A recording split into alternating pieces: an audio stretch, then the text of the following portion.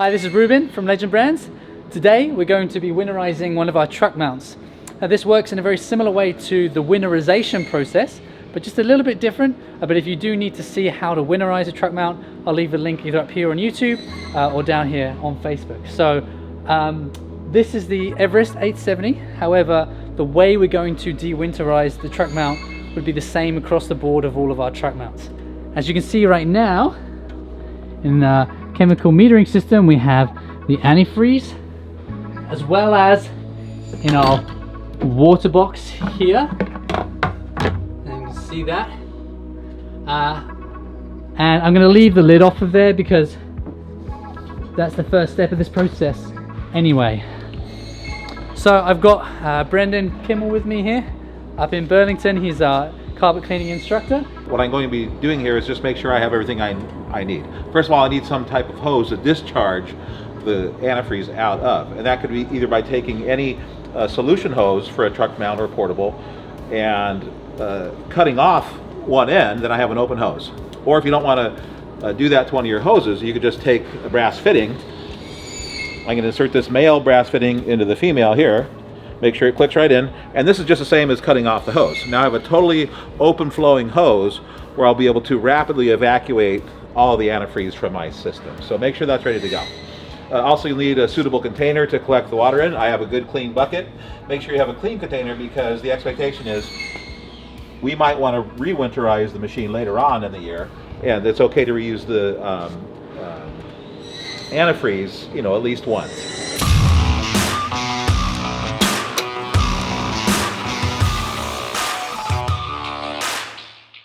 One thing we do before we're going to start this process is ensure that our water pressure is turned down. It's a very high PSI truck mount, and on any truck mount you would turn the pressure down. So go ahead and take that knob, twist it to the left, reduce the pressure down to low pressure. That's a great preparatory step. After that, take your opened up hose, either your solution hose that's cut off on one end or the one that you have like me where you just inserted a fitting into the end to open it up like we did. I'm going to drop this into the bucket for now, and now I'm ready to start the system, turn on the solution pump, and then start evacuating the water into my collection container. I want to take it as far as the hose starts actually sputtering with air and antifreeze. That indicates that I've run the pump dry. Now to start the machine.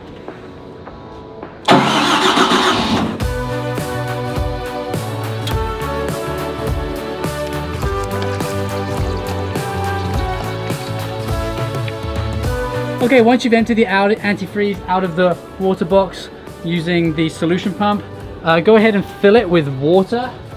So we're just using our garden hose, filling this up with water. Right now, it's about 3/4 full. So you go ahead and shut that off.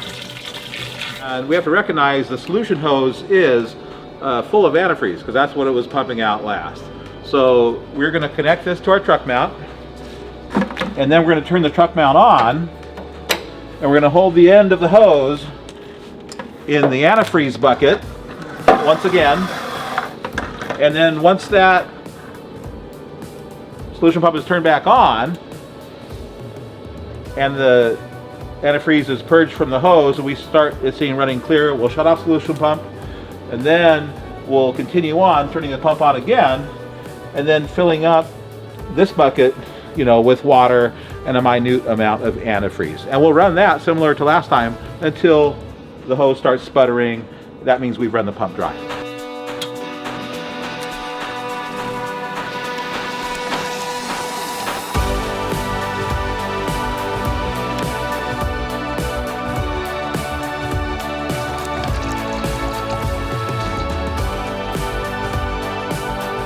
Okay, so now we have de-winterized the truck mount portion. We've purged the system of all the antifreeze. As you can see, the first run that we did, that's pure antifreeze right there. And then here's when we ran it again from the water box, and that's mostly water with just the remnant antifreeze that was left in the system. All right, so what's next, Brendan? Well, what's next is to basically fill up the water box of your truck mount the way it is ordinarily filled up, depending on which method you use. Some people use the method of onboard freshwater tank, and then you would just make that connection and then automatically have the system filling by turning on that transfer pump. What I'm going to do right here is take my garden hose with the large quick disconnect fitting at the end of it. I have my water turned on outside. I'm going to insert this into my water inlet large fitting, and now automatically my water box, as I speak, is starting to fill up, because for our next steps we'll need to have water in the water box and to finally be ready to clean carpet. All right, great. So that's it. That's how you de-winterize the Truckmount. Next video we'll show you how you de-winterize the chemical monitoring system, and then we'll do a third video on how to de-winterize the tools that you might have in the truck. And yeah, that's pretty much all there is to it. So if you like this video, if you found it helpful, please hit that like button, subscribe to the YouTube channel if you aren't already, and wherever you are, stay clean. All right, we'll see you later. Bye.